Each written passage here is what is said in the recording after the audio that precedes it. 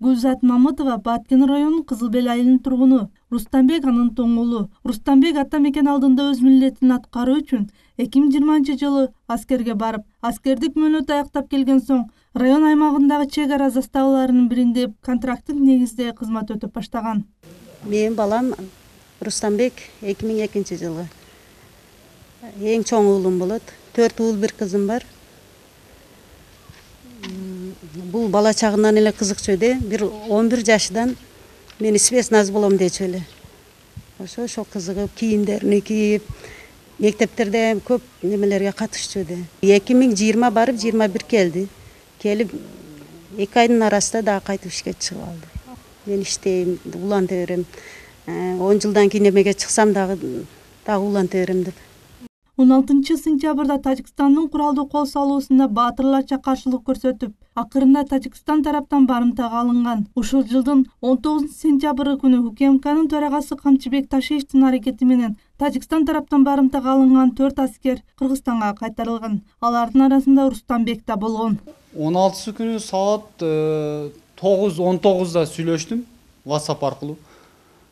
Кийин дагы сураганымда 11:40 сүйлөштүм.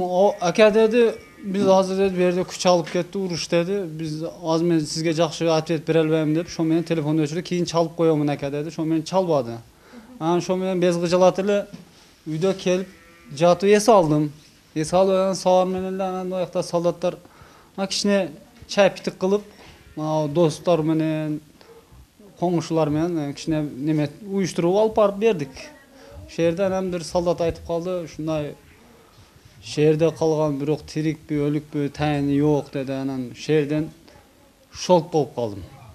Шок болуп калып эле прямой больницага бардым. Жарадарлардын арасын издедим, моякка кирдим, бияка кирдим, анан моргко бардым. Моргко барып өлүктөрдү ham көрдүм. Издеп анан эртеси күнү ачыгым келип 18 күнү 17-сү анан ошо тоого чыктык. Бүттү дегенден кийин тоого чыгып бир 9 бала болуп, дос жарым менен, коңуш колоңдор, үкаларым менен кошулуп чыгып барып издеп, барып военныйлердин алдыга бардык, таппай издеп. Анан кайтып кел жатсам, кайтып келгенде связга келгенден кийин связда короче биттаси SMS жөнөттүр. Неме деп, Асылбек уулу Рустам дагы тирик экен, ушу залогко алыныптыр деди. Анан о жерде Кудайга шүгүр деп анан келдим. Камчыбек Ташиев акага жолуктум. Жолуксам айтты, "Үкаң тирик, мен азыр ошонун үстүндөн иштеп атамын. Кудай кааласа, Кудай насип кылса, бирок өзүмө дагы гарантия бербейм, бирок Кудай кааласа насип кылса, кечке аман эсен алып чыгышка аракет кыламын" деди. Кызыл Бел айылы Тажикстан менен чектеш айылдардын бири. Айыл тургуну Алишер Тагаев Рустамбектин жакын агаларынан. Ал 17 жылдан бери нан цехин иштетип келет. Ал чек ара кызматкерлерине кызмат кылып, айыл эли менен биргеликте жоокерлерди нан менен камсыз кылып келет.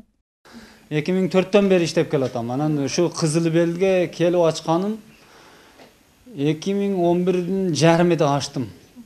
2011-ден жарымында ачтым. Анан Кудайга шүгүр элге кызматымды кылып атамын. Эл разы, Кудайга шүгүр, бардыгы бирдей жеткирип берип атабыз. Бул нанды үйрөнгөнүм өзүмө ham жакшы болгон экен. Үйрөнүп элге дагы кызматты көп кылып атабыз.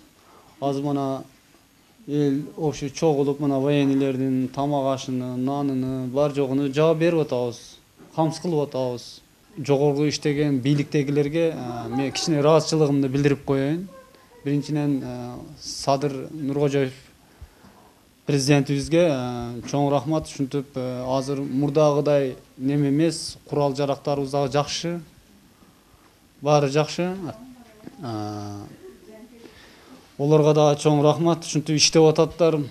Белгилей кетсек, Кыргызстанга Тажикстандын кол салуусунан улам Баткен облусунда куралдуу кагылыштан каза болгондордун саны 63, жабыркаган адамдардын саны 198ге жеткен. Динара Курбанбекова, Абдулламит Абдыманап уулу, Алтын бешик жаңылыктары.